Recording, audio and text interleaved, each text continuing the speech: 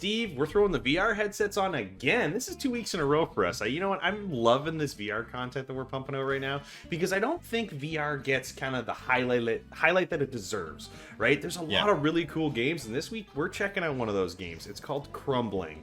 This is a ton of fun. This is a roguelike, kind of cartoony. We kind of reminisce as like a Saturday morning cartoon type of game where we actually get to take these kind of action figure characters, rip them out of their package, and then use them in these kind of diorama setup worlds in front of us. Kind of, you know, it looks almost like it's made out of models and little bits and pieces of plastic trees and things like that. It looks so cool. And the idea is we're essentially going in there and we're using our crumblings, and we can kind of, they have all different kinds of abilities. There's a bunch of different crumblings that you get to unlock throughout this game, and that's kind of the fun of it here. It's a roguelike, so it is a grindy type of game. It does get difficult at times, but I don't think so difficult that you're going to want to just bounce out. It may be just to the point where you're going to want to try one more time, if you know what I mean. This is a lot of fun. Visually, it looks amazing. When you start off in the shop, it looks very vibrant. You can just imagine walking into this shop. And like you said, on the rack, you get your crumblings. Obviously, a lot of them are still locked up. Yes. And it's just like, it's a childhood dream of like grabbing it, ripping up the package, grabbing your crumbling. The fun bit is in the game itself, and it's all set in front of you, and it's mayhem.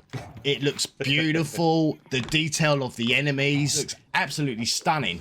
Yeah, you know, we're kind of tasked with saving this Crumbling Crafts store. The Crumbles are the owners of the store, and we are kind of their magic little helpers that they don't realize that are helping to save their store from Bozacorp, which is the evil corporation that's trying to steal the magic from our crumblings. And that the magic is everything in this game. It's essentially our currency. There's a few different types of currencies in the game. There's a gold coin that allows you to get the collectibles, and then you use your magic to unlock things, whether it be new crumblings, new levels, some of those collectibles as well, or the upgrades for them. So it's pretty cool. There's a lot of mechanics at play here because each crumbling has its own kind of play style. You know, there's ranged attacks. There's the first crumbling you get gets a sword and kind of has a big kind of area of effect, slam down with his sword as his special technique, which is really cool because each character has its own special that you use, and you kind of have to play them in different ways. There's some strategy involved with these, and I like the different types of enemies we run into in these worlds. Like you said, it does get a little grindy, and you see these worlds kind of, you have to replay to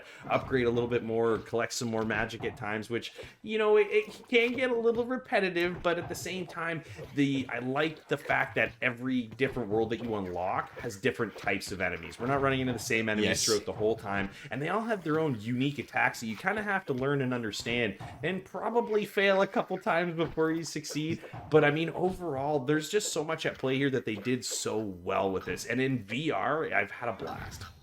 Yeah, and the other thing as well is because as you complete each level, you use portals to go transfers to the next area. But what they did, which I thought was very clever, was introduce mini games in between certain levels, and boy, that is so hard. Some of them, it's that the old school of like the ring and the metal bar, and not touching the side and try and move your hand around the windy metal bar to get that to unlock some extra perks, or if you want to increase your sword ability, or for me it was always going for the health, increase your health up a little bit. And then the second world, obviously you have like a squirrel that loads a nut into it, and it's kind of like the moving ducks. Yeah, you gotta knock them down. Knock them down again for the abilities. But I have to say, the game mechanics of actually your crumbling, I thought it was very cleverly done.